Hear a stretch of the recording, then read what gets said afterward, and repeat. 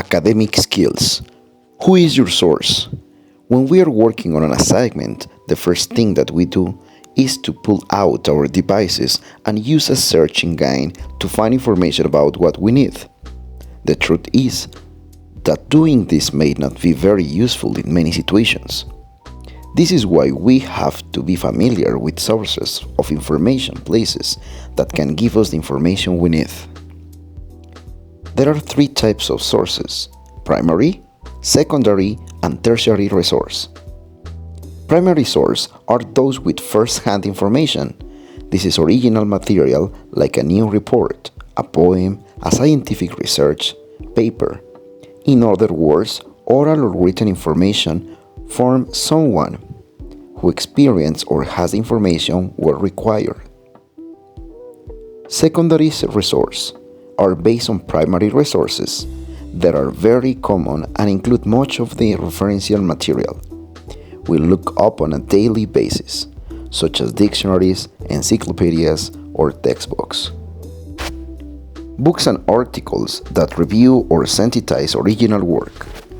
Tertiary sources are tools we may use to locate secondary and primary sources. For example, the index, which provides names of authors and books. Abstracts, summaries, or secondary resources. Databases and online indicates of abstracts are examples of tertiary sources.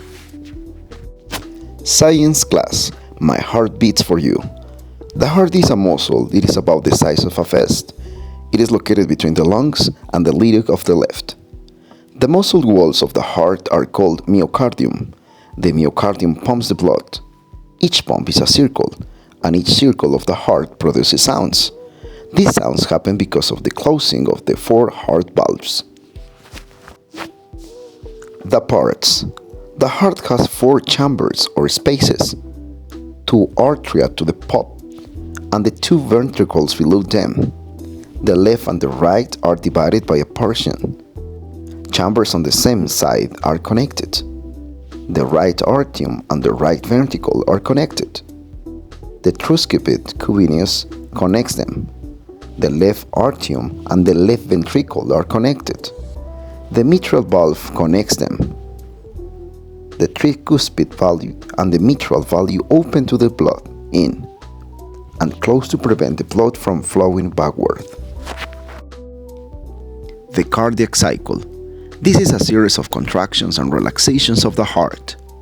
A heartbeat is a cardiac cycle. The cycle happens in three phases: atrial systole, ventricular systole, and diastole. Systole means contraction, and diastole means relaxation. During the atrial systole, both arteria contract, pushing blood into the ventricles. When the ventricular stole happens, both ventricles contract. During the diastole, the artery filled with blood and the ventricles relax. History class. Religion was a significant part of people's lives during the Middle Ages. People usually took part in Christian rituals during births, marriages, and deaths. The church affected almost all areas of life. The main task to the church was to teach Christianity and to administer sacraments. The members of the church were called the clergy. There were two types of clergy, the secular and the regular. The secular consists of the priests and the bishops. They gave services to the general population. The regular clergy were members of religious order like the Benedictines and the Cistercians. They live in community far from society. They live, prayed, studied, and worked in monasteries. Women had their own religious orders and could become nuns in convents. The church, particularly the secular clergy, had an influence on politics. The Pope was the highest authority of the Roman Catholic Church. The Pope could even expel kings. The emperors and kings had members of the church as their advisors. The church received donations from nobles. They also received a share of the peasants' harvest called a tithe. The church also changed the culture. Reading and writing weren't common. Monks copied manuscripts and most artworks were created to decorate churches and cathedrals. Art class. Cubism. Cubism is one of the most influential styles in the 20th century.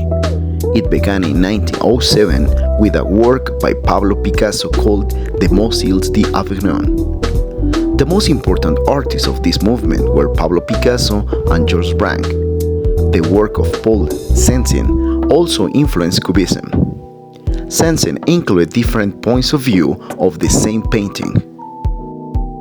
Picasso was also inspired by African tribal masks, which do not imitate the natural shapes of human faces. The name Cubism comes from a critic who, after observing Georges Braque's paintings exhibited in Paris in 1908, described the theme as reduction of everything to cubes. Cubism is a combination of use of the same object on the same pictures, giving the impression of painting being fragmented and abstract. What Cubist artists tried to do was to divide objects into the most distinctive areas.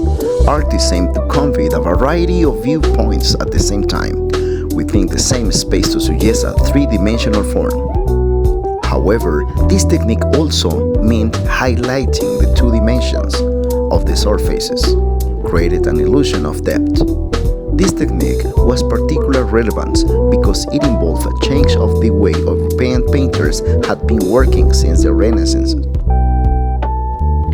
Cubists didn't want to use perspective to create the illusion of real three-dimensional space. Business class. Sometimes we need help from our friends with chores which would be too strenuous or tedious if we did them in our own. Sometimes we need other people's help with more specific, specialized, or complex tasks. We may even need to pay them to help us. For example, having a friend who knows how to write code in different programming languages and how to design a website might come handy if you wanted to start your online shop. And let's assume this friend needs help you doing his tax statements, something you are good at. You can exchange skills in this scenario. It is a win-win situation for both you. There are skills that are easier to exchange than others. However, you don't know what you are missing until you need it. It is not a good idea to go around doing things without changing for it. But in general, it is very useful to create a network of people with a variety of skills and talents.